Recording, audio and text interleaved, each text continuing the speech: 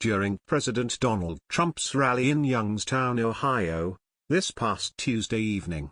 He was interrupted many times, mostly for applause, but also because weak-minded individuals from the left are still upset that crooked Hillary Clinton or Bernie Sanders lost the 2016 presidential election.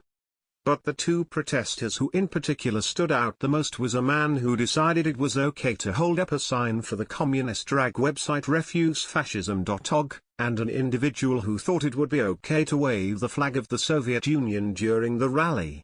Unsurprisingly, the crowd didn't take kindly to either protester and they were swiftly removed by security, as clearly seen in the video above.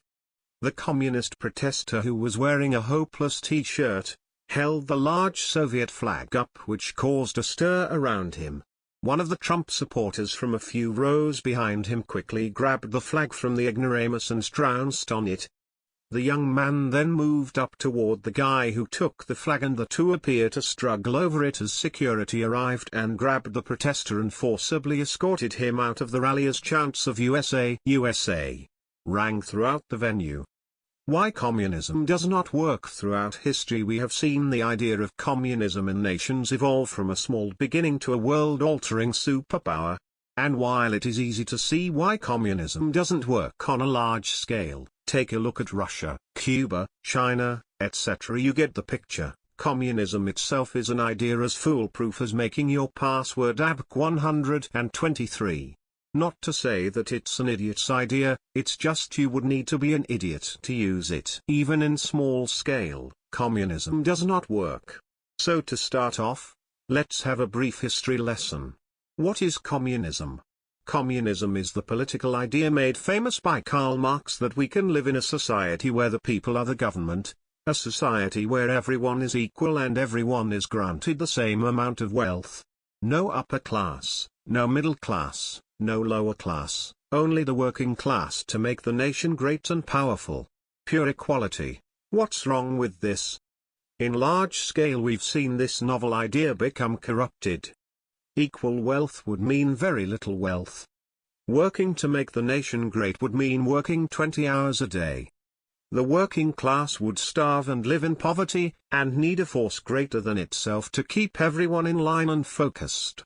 Deviation from communism would mean death. You see, we as human beings are lost without a power to tell us what to do.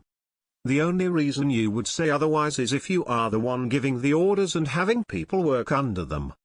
You could argue against that by saying that our individual sovereignty has yielded amazing structures, theories and creations, but everything we know is based off the knowledge of someone else. Whether you realize, or like it or not, you are the product of somebody else's ideas and reality.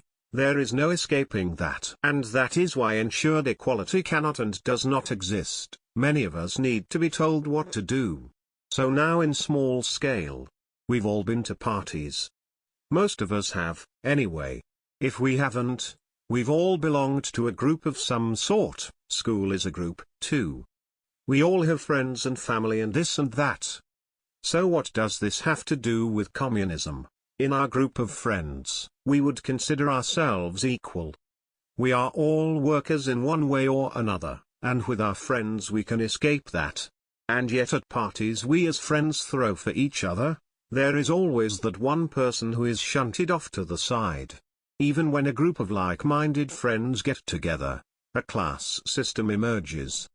There is always the life of the party, the coordinator, the outcast, etc., and there is no escaping it. Equality cannot exist because we as humans do not allow it to exist, our minds and emotions do not allow it to exist. And because we cannot force our mindsets and program humans to get rid of those emotions, true equality will never exist. People are not robots. We cannot manufacture a perfect human being that is free of judgment and sentient thought. We can try, but it won't happen. People have tried and they've created monsters.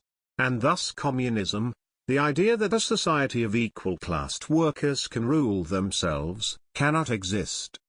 It is a novel idea, though. It's truly heartbreaking to see this.